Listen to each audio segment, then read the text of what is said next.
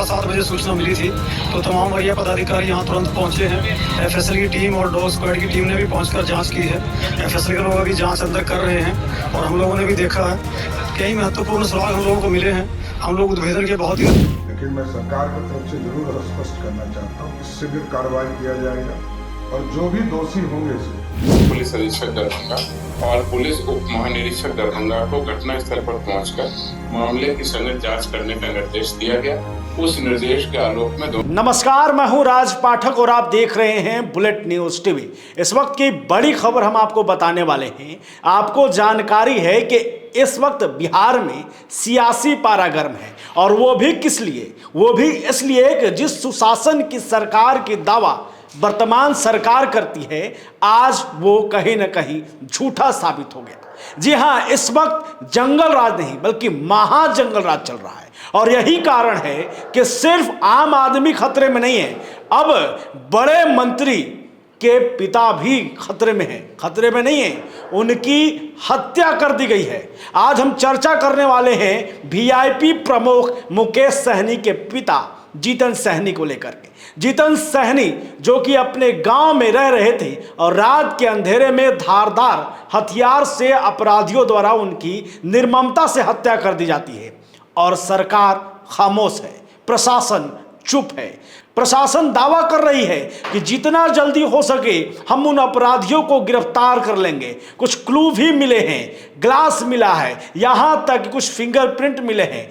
यहां तक कि जो दरभंगा रेंज के डीआईजी हैं, उन्होंने कहा है कि हम 8 घंटे के अंदर जो है अपराधियों को गिरफ्तार कर लेंगे। लेकिन सवाल ये है कि आखिरकार दिन दहाड़े इस तरीके की घटना की जा रही है, प्रशासन चुप क्यों है? पहले ये वीडियो देखिए कि डीआईजी क्या कह रहे हैं। 16 जुलाई को प्रातः लगभग 6 बजे सूचना प्राप्त हुई कि दरभंगा जिले के घनश्यामपुर थाना अंतर्गत ग्राम जिरात में वीआईपी पार्टी के प्रमुख श्री मुकेश सहनी के पिता श्री जीतन सहनी, उम्र लगभग 70 वर्ष की थी उनको अज्ञात अपराध कर्मियों के द्वारा हत्या कर दी। संभवतः घटना को रात्रि में अंजाम दिया गया था। सूचना अनुसार मृतक जीतन सहनी घर में अकेले रहते थे। घटना की सूचना पर तत्काल थानाध्यक्ष घनश्यामपुर, साथ ही साथ थानाध्यक्ष बिरौल, अनुमंडल पुलिस पदाधिकारी और पुलिस अधीक्षक ग्रामीण द्वारा पहुंचकर मामले की छानबीन की गई। पुलिस मुख्यालय के द्वारा भी इस पूरी घटना का संज्ञान लिया गया और तत्काल वरीय पुलिस अधीक्षक दरभंगा और पुलिस उप महानिरीक्षक दरभंगा को घटना स्थल पर पहुंचकर मामले की संगत जांच करने का निर्देश दिया गया। उस निर्देश के आलोक में दोनों पदाधिकारी घटना स्थल पर पहुंचकर पूरे मामले की और पूरे अनुसंधान की दिशा को निर्देश दे रहे हैं। एफएसएल की टीम को भी तत्काल रवाना किया गया। एफएसएल की टीम भी घटना स्थल पर पहुंचकर वैज्ञानिक जांच हेतु कार्रवाई कर रही है। घर के अंदर एवं बाहर पाए गए सभी सबूतों एवं साक्ष्यों की वैज्ञानिक जांच बहुत ही बारीकी से की जा रही है। अभी तक की जो सूचना मिल रही है उसमें घर की अलमारी एक बाहर पाई गई है, उसमें कुछ रुपए और कागजात मिले, उसकी भी बारीकी से जांच की जा रही है। घर के अंदर 3 गिलास पाए गए हैं, उसमें किस तरह का पदार्थ है उसकी भी जांच की जा रही है। घर में 3 बाइक पाई गई है, तो वो बाइक किसकी है, मोटरसाइकिल, वो उस संबंध में भी।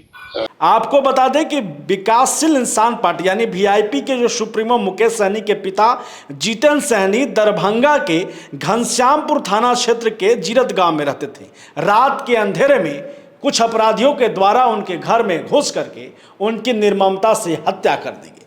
पहली दृष्टिया को अगर देखेंगे तो ये कहा जा रहा है कि चोरी की आशंका से, चोरी के मिजाज से जो है अपराधी घर में घुसे थे और जब उनके पिता ने विरोध किया तो फिर इस घटना को अंजाम दे दिया गया।